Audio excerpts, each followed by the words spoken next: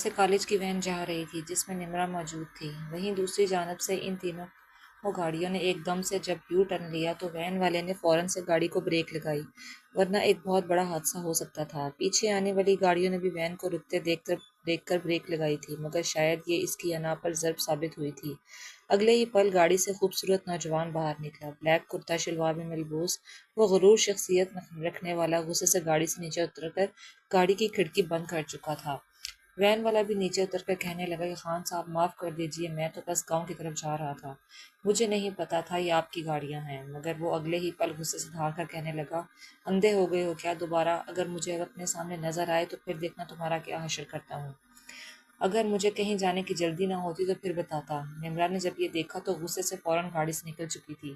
افشین نے اسے روکا بھی تھا، مگر وہ اپنا ہاتھ چھڑوا کر باہر نکل آئی اور ہیلو مسٹر، خود کو کسی فلم کا ہیرو سمجھ رہے ہو یا پھر ولن ہو؟ 1.5 کروڑ کی گاڑی لے کر تماشا لگائے پھرتے ہو۔ غلطی انکل کی نہیں بلکہ آپ کی ہے۔ آپ اتنی سپیڈ سے آ رہے تھے کہ انہیں موقع ہی نہیں ملا، ایک تو اتنے بڑے حادثے سے انہوں نے آپ کو بچا لیا، اوپر سے آپ انہیں ہی سنائے جا رہے ہیں۔ سامنے کھڑا شخص جیسے اس معصوم سی لڑکی کو دیکھ کر اپنے ہوش و حواس سے گم ہو چکا تھا۔ وین والا گھبراتے ہوئے کہنے لگا، ارے بیٹی یہ کیا کر رہی ہو؟ جانتی ہو یہ کون ہے؟ ارے جو کوئی بھی ہو، میری بلا سے جو غلط ہے وہ غلط ہے، میں کسی بھی امیر زادے سے نہیں ڈرتی۔ وین والا تو گھبراتے ہوئے دونوں ہاتھ جوڑ چکا تھا۔ چھوٹے صاحب معاف کر دیجئے، اس لڑکی کی طرف سے میں معافی مانگتا ہوں۔ وین والے نے فوراً اسے گاڑی کے اندر کیا تھا، مگر یہی وہ لمحہ تھا جب وہ شخص اس لڑکی کی محبت میں جیسے گرفتار ہی ہو چکا تھا۔ وین وہاں سے آگے چل چکی تھی۔ ایک بار پلٹ کر نمرہ نے کھڑکی سے دیکھا تھا، وہ وہیں پر موجود کھڑا تھا، اسے ہی دیکھ رہا تھا۔ افشین پہلے تو گھبرائی، پھر کہنے لگی، مجھے لگتا ہے چھوٹے خان تو تمہاری محبت میں پاگل ہو چکے ہیں۔ جواب میں نمرہ نے اس کے کندھے پر تھپڑ مار دیا۔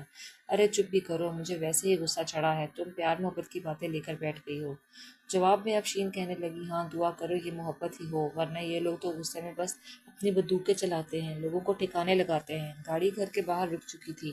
وہ لڑکیاں جیسے ہی گھر میں داخل ہوئیں تو سامنے کا منظر دیکھ کر نمرہ اور افشین دونوں گھبرا گئے۔ سامنے بشمہ رو رہی تھی اور عقیل بھی ہڑبڑایا ہوا تھا۔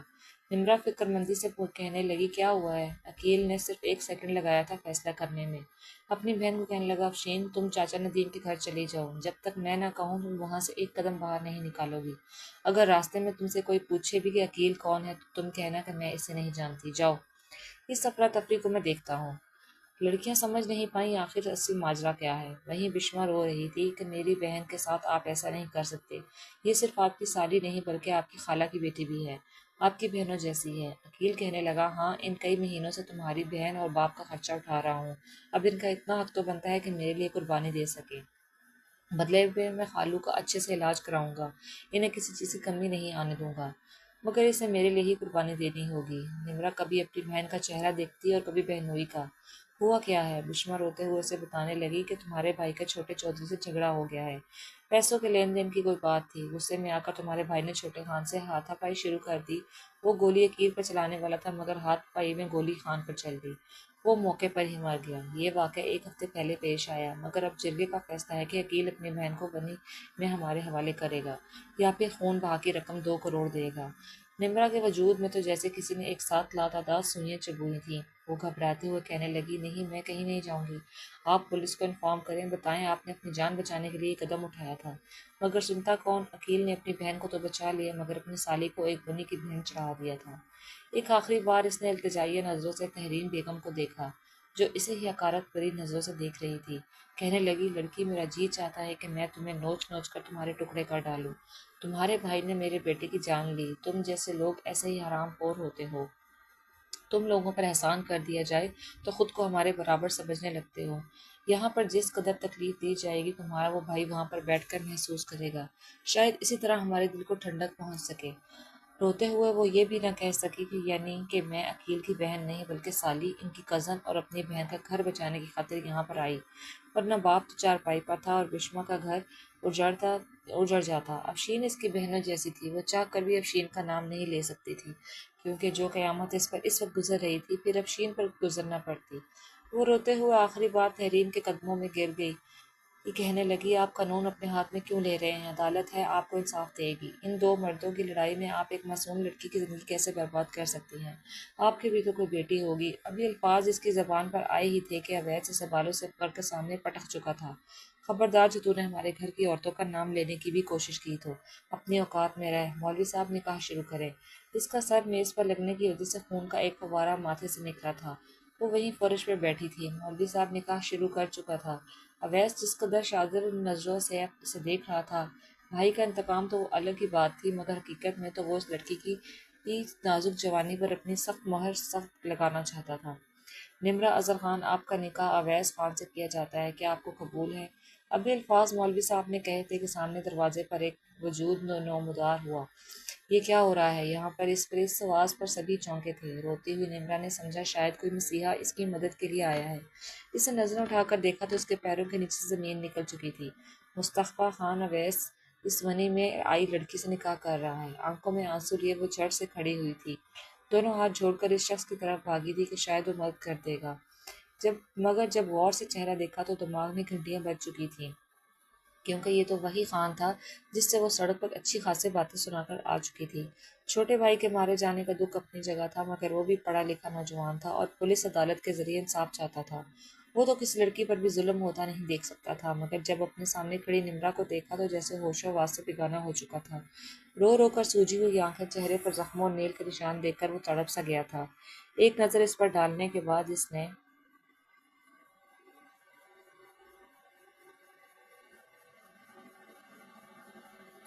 اویس کو دیکھا، کہنے لگا یہ کیا کر رہے ہیں آپ، یہ جانتے ہوئے بھی کہ آپ پہلے سے شادی شدہ ہیں؟ ایک لڑکی کے ساتھ آپ اس طرح کا رویہ کیسے رکھ سکتے ہیں؟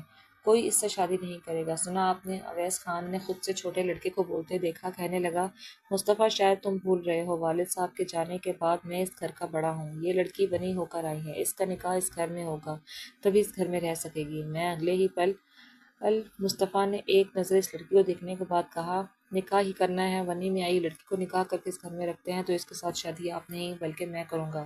تھوڑی بہت ہمت جو ہے وہ نمرہ میں آئی تھی، وہ سمجھ رہی تھی کہ شاید یہ شخص باقیوں سے الگ ہے، اس کی مدد کرے گا، یہاں سے واپس لے جائے گا، مگر یہ بات سن کر نمرہ کی رہی صحیح ہمت بھی جواب دے گئی۔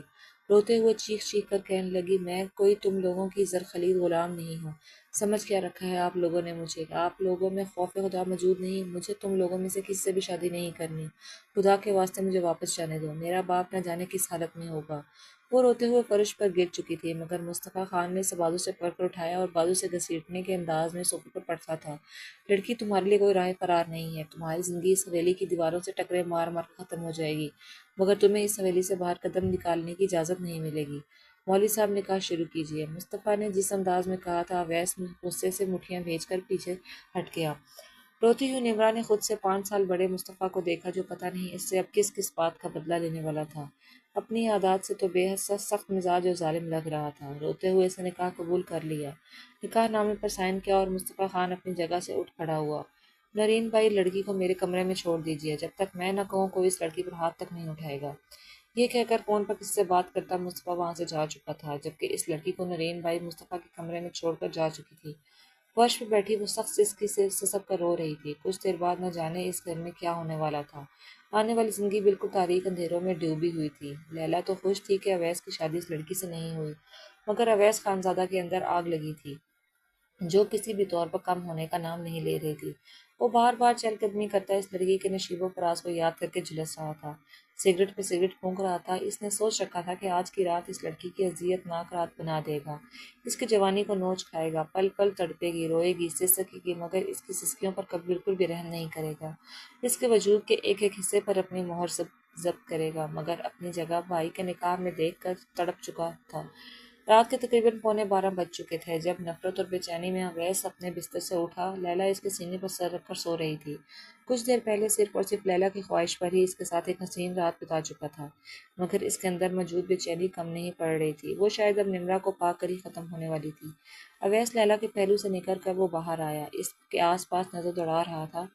صحن میں آیا تو وہاں پر ابھی تک مصطفیٰ کی گاڑی موجود نہیں تھی، یعنی وہ لڑکی کمرے میں اکیلی تھی۔ اس بات سے انجان کہ اویس خانزادہ اس کی تاک لگائے بیٹھا ہے، وہ فرش پہ بیٹھی بیڈ سے ٹیک لگائے بے خبر سو چکی تھی۔ جب دھیرے سے دروازہ کھلا، دلہن کے روپ میں اپنا حشر بگاڑے وہ لڑکی اس وقت ایک قیامت ڈھا رہی تھی۔ اویس خانزادہ دھیرے دھیرے قدم بڑھاتا ہوا اس کے قریب گیا اور گھٹنوں کے بل اس کے پاس بیٹھ گیا اور گہری سانس اس کے چہرے پر خارج کر کے کہنے لگا، قسم سے اس حسن کو میں ایسے تو نہیں چھوڑنے والا۔ نکاح بے شک تمہارا مصطفیٰ سے ہو چکا ہے، مگر تم اس حویلی کے ہر مرد کے بستر کی زینت بنو گی۔ یہ کہہ کر اس نے اپنی انگلی اس کے ہونٹوں پر پھیرنا شروع کر دی جس پر زخم تھا۔ اپنے چہرے پر کسی کا لمس محسوس کر کے وہ ایک دم سے گڑبڑا کر اٹھی، مگر اس سے پہلے نمرا کے لبوں سے چیخ نکلتی اویس نے اس کا منہ دبوچ لیا تھا۔ ذرا سی آواز مت نکالنا ورنہ تمہاری چیخیں پوری حویلی سنے گی۔ وہ اپنے سامنے اس جانور کو دیکھ کر گھبرا چکی تھی، فوراً پیچھے ہٹی، اٹھنے لگی مگر وہ پوری طرح سے اپنے حصار میں لے چکا تھا۔ اویس خان زادہ اس کا منہ دبوچ کر دوسرے ہاتھ سے بازو میں روڑ کر اسے دیوار سے لگا چکا تھا۔ کیا سمجھ رہی تھی میری شدتوں سے بچ جاؤ گی؟ بالکل نہیں، اپنے بھائی کی موت کا بدلہ تو ایک الگ بات، میں تو تمہارے حسن کو دیکھ کر ہی دیوانہ ہو چکا ہوں، ایسا تو نہیں چھوڑوں گا۔ نمرا پوری کوشش کر رہی تھی خود کو چھڑوانے کی، مگر وہ اس سے بےحد قریب آتا اپنا چہرہ اس کی گردن کی طرف لے آیا تھا۔ وہ روتے ہوئے اس نے پوری کوشش کی تھی کہ یہ شخص اس سے دور ہو سکے۔ جب تھوڑا سا دروازہ کھلا، مصطفیٰ خانزادہ سامنے کھڑا تھا۔ جب اپنی بنی میں آئی بیوی کے ساتھ اپنے بھائی کو زبردستی کرتے دیکھا تو غصے سے چلا اٹھا، خان لالا یہ کیا کر رہے ہیں؟ آج تک اس نے کبھی اپنے خان لالا سے بدتمیزی نہیں کی تھی، مگر آج وہ خان لالا کو گردیان سے پکڑ کر ایک زوردار تھپڑ اس کے منہ پر لگا چکا تھا۔ آپ کے کردار پر شرم آنی چاہیے، آپ کو تو لالا کہتے ہوئے بھی خوف محسوس ہو رہی ہے، آپ میری عزت پر کیسے ہاتھ ڈال سکتے ہیں؟ مصطفیٰ خان کا سفید چہرہ ہو چکا تھا۔ مصطفیٰ اس انداز میں دھاڑا تھا کہ اویس خان زادہ کو لگا جیسے وہ یوں پکڑے جانے پر مر ہی جائے گا۔ اگلے پل کہنے لگا، ہوش میں آؤ بھائی، ہوں میں تمہارا باپ کی طرح پالا ہے، یہ لڑکی اس گھر کے ہر مرد کے بستر کی زینت بننے کے لیے آئی ہے، یہ ونی ہو کر آئی ہے۔ مزید کچھ اویس خان زادہ کہتا مصطفیٰ چلا اٹھا، بالکل چپ، خبردار جو یہ گندے الفاظ آپ نے اس معصوم باکردار لڑکی کے لیے الفاظ استعمال کیے۔ وہ گھبرائی ہوئی نمرا دیوار سے لگی رو رہی تھی، کانپ رہی تھی۔ گھر کے سبھی افراد چل کر وہاں پر آ چکے تھے۔ تحریم بیگم نے تو دونوں بیٹوں کو آ کر چھڑوایا تھا، سکندر خان نے مصطفیٰ کو ہی ڈانٹا تھا۔ نرین بھائی کو کہنے لگے، پکڑو اس لڑکی کو اور لے جاؤ جانوروں کے باڑے میں، یہ لڑکی حویلی میں نہیں رہے گی۔ نمرا گھبرائے ہوئے انداز میں مصطفیٰ کا بازو پکڑ چکی تھی، جو بھی تھا جیسا بھی تھا، مگر اسے اس وقت مصطفیٰ ہی سے مسیحا لگ رہا تھا۔ مگر سکندر کے قہر کے آگے مصطفیٰ کو بھی خاموش ہونا پڑا۔ وہ اویس خان سے بڑا تھا، مگر گھر کے فیصلوں کی ذمہ داری اس نے اویس خان کو ہی دے رکھی تھی۔ باہر کے معاملات وہی سنبھالا کرتا تھا۔ گھبرائی ہوئی نمرا کو اس کمرے سے جانے تو نہیں دینا چاہتا تھا، مگر سکندر خان کے کہنے پر اس نے اپنا ہاتھ نمرا سے چھڑوا لیا تھا۔ نرین بائی اسے حویلی کے سامنے موجود باڑے میں چھوڑ آئی۔ ساری رات وہ روتے ہوئے گھبرائے ہوئے انداز میں اپنے ایک ہاتھ پہ ڈنڈا لیے آس پاس دیکھتی ہوئی گزر گئی کہ کہیں کوئی درندہ ایک بار پھر اس پر ظلم کرنے کے لیے نہ آ جائے۔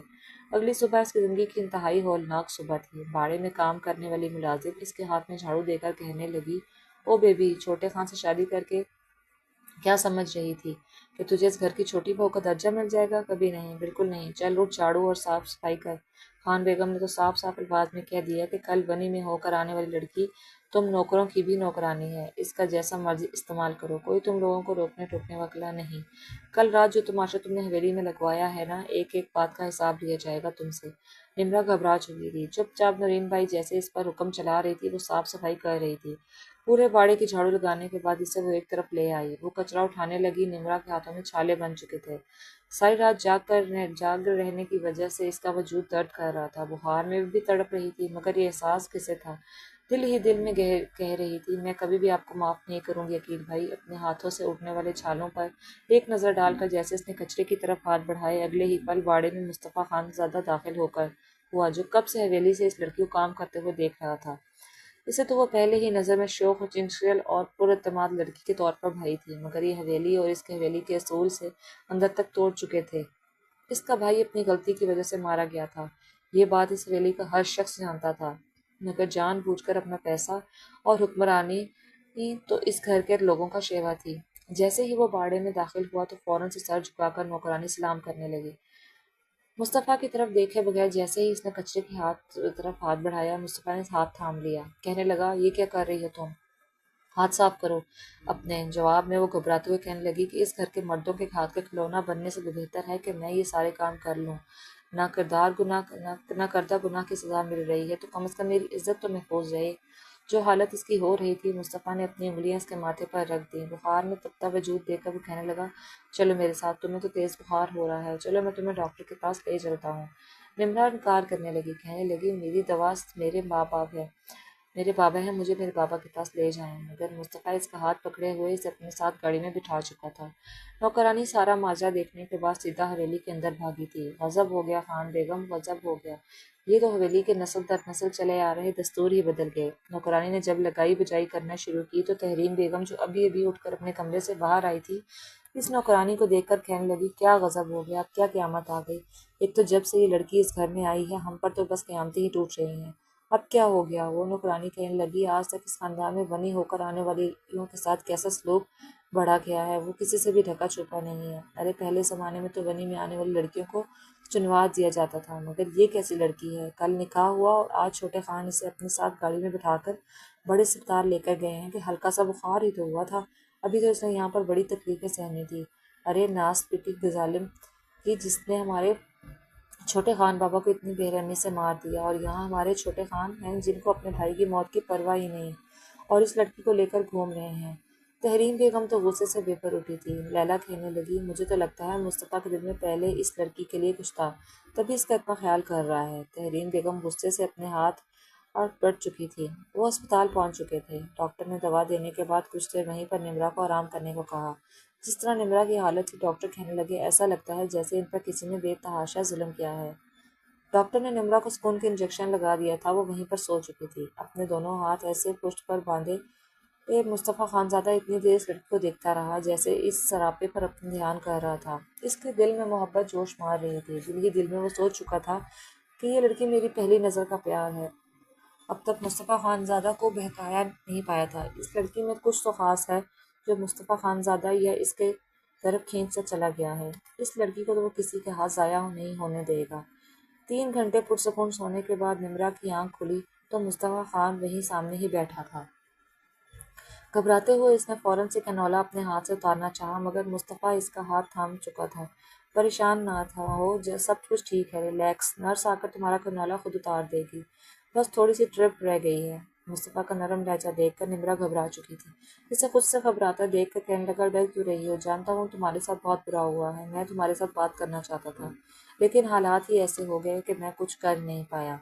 جانتا ہوں تمہارے ساتھ جو ہوا غلط ہوا، مجھے اپنے بھائی کے مرنے کا بھی دکھ ہے، لیکن اصل قصوروار تمہارا بھائی ہے، اسے ہی اس کے کیے کی سزا ملے گی تمہیں۔ اگر میں یوں ہی چھوڑ دیتا تو تمہارے ساتھ ناانصافی ہو جاتی۔ بھری میں آنے والی لڑکیوں کے ساتھ کیا ہوتا ہے میں اچھے سے جانتا ہوں، اسی خاطر میں نے تم سے نکاح کیا، مجھ پہ بھروسہ رکھو، میں تمہارے ساتھ کچھ غلط نہیں ہونے دوں گا۔ نمرا نے غور سے اسے دیکھا اور پھر کہنے لگی کہ آپ بھی تو خان حویلی کے مکینوں میں سے ایک ہیں، پھر آپ کے لہجے میں اتنی نرمی کیوں ہے؟ میں تو آپ کے ساتھ سڑک پر بدتمیزی بھی کی تھی۔ جواب میں وہ ہلکا سا مسکرایا اور مسکرا کر کہنے لگا، تبھی تو تم میرا دل جیت چکی تھی۔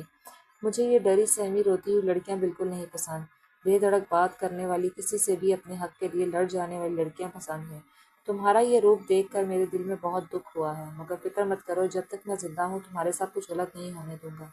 نمرا اپنا نام مصطفیٰ خان کے لبوں سے سن کر نمرا کے پورے وجود میں ایک کرنٹ سا دوڑ گیا تھا۔ اس کے ساتھ گاڑی میں بیٹھ کر باہر نکلی تو وہ کہنے لگی، مجھے اپنے بابا سے ملنا ہے، نہ جانے وہ کس حال میں ہوں گے، مجھے آخری بار اپنے بابا سے ملنے دیجیے۔ جواب میں مصطفیٰ نے ایک نظر اس کی آنکھوں میں آنسو کو دیکھا اور اپنا ہاتھ اس کی آنکھوں سے بہنے والے آنسو کو صاف کیا اور کہنے لگا، رونا بند کرو، بتاؤ کہاں ہیں تمہارے بابا؟ کچھ دیر بعد ہی مصطفیٰ کی گاڑی تنگ گلیوں میں آ چکی تھی، مگر جیسے ہی اس نے گھر میں قدم رکھا تو سامنے کا منظر اس کے جسم سے روح کو جدا کر چکا تھا۔ صحن میں ایک جنازہ تھا جسے لوگ کندھا دے کر اٹھا رہے تھے۔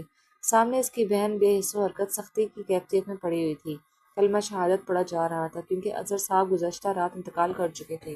چیخ مار کر وہ اپنے باپ کی میت سے لپٹی تھی، نہیں بابا، آپ مجھے چھوڑ کر نہیں جا سکتے، دیکھیں میں واپس آ گئی، کچھ نہیں ہوا مجھے۔ عقیل تو گھبرا سا چکا تھا، سامنے مصطفیٰ خانزادہ کو دیکھ کر تو اس کے ہوش حواس گم ہو گئے۔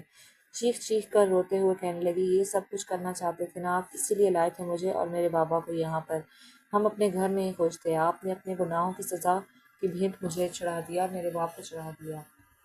شرم نہیں آتی آپ کو؟ بجائے اس بات کا جواب دینے کے عقیل نے وہاں سے بھاگنے کی کوشش کی، مگر مصطفیٰ اسے پکڑ چکا تھا۔ فوراً پولیس بلوا کر قانونی کارروائی شروع کروا دی گئی تھی۔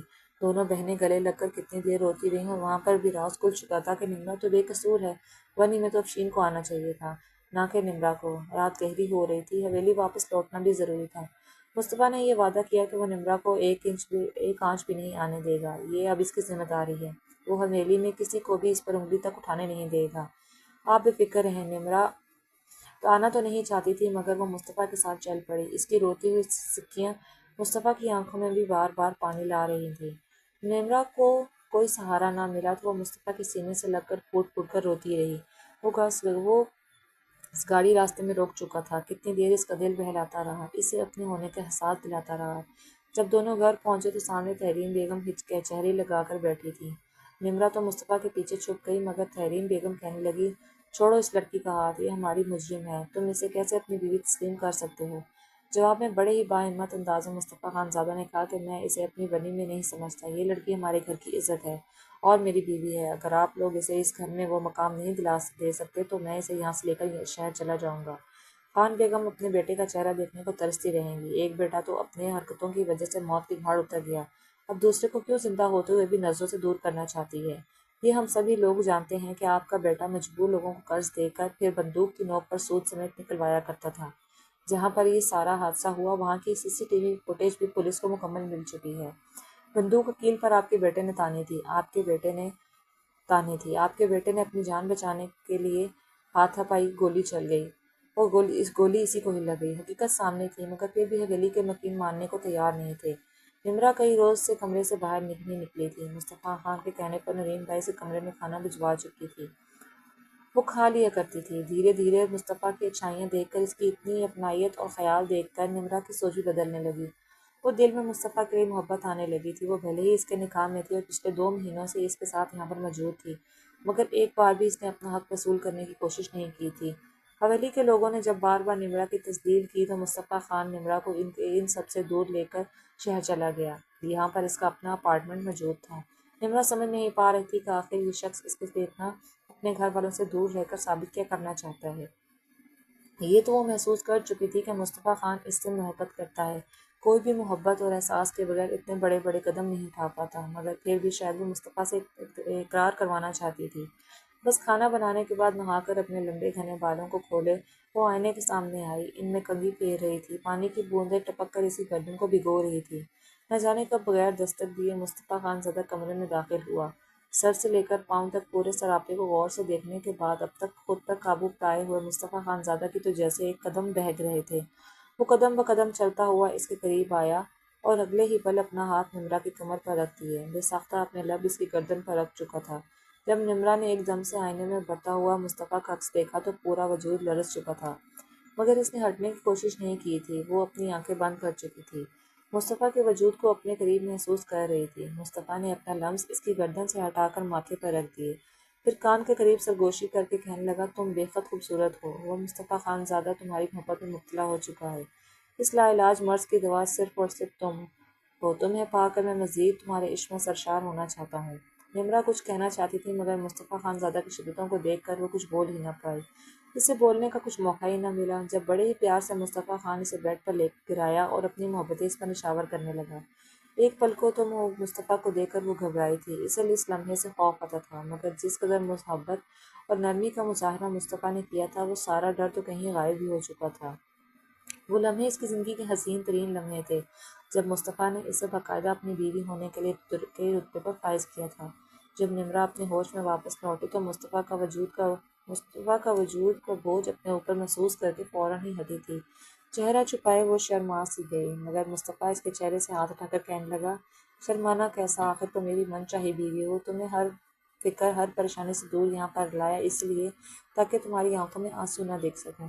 خانزادہ مکینوں کی وجہ سے جس خوف میں، جس ڈپریشن میں تم مبتلا رہی ہو، تمہیں اس سے نکالنا چاہتا ہوں، اپنا مقام پہچانو، اپنے اصل روپ میں واپس آؤ، بالکل ہٹلر بن کر، تاکہ دوبارہ ہم ایک ساتھ واپس اس ویلی میں جا سکیں۔ نمرہ کے چہرے پر مسکراہٹ پھیل چکی تھی، تمام ثبوتوں اور گواہوں کے بعد عقیل بھی جیل سے چھوٹ چکا تھا۔ خانزادہ خاندان پہلی بار حقیقت کو مد نظر رکھتے ہوئے اپنی شکست قبول کرنے پر مجبور ہو چکا تھا۔ عقیل بے حد شرمندہ تھا، جیسے تیسے ڈھونڈتے ہوئے وہ نمرہ تک پہنچا تھا، ہاتھ جوڑ کر روتے ہوئے معافی مانگی تھی کہ مجھے معاف کر دو، میں نے تمہارے ساتھ غلط کیا، اگر مصطفیٰ خان نہ ہوتا تو نہ جانے آج تم کیسے کیسے بھیڑیوں کی ہتھیلی چڑھ چکی ہوتی، صرف اور صرف اپنی بہن کی خاطر۔ اور اس پورے حادثات میں مصطفیٰ خان کے مل جانے پر وہ اپنی بہنوئی کو معاف کر چکے تھے، مگر اس شرط پر کہ اس کی بہن کو خوش رکھے گا، اس کی آنکھ میں آنسو نہیں آنے دے گا۔